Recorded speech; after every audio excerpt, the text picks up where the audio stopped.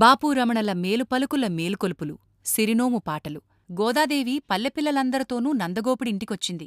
అక్కడ కావలి ఉన్నవారిని బతిమాలుతోంది. కృష్ణయ్యే మమ్మల్నిక్కడికి రమ్మన్నాడు.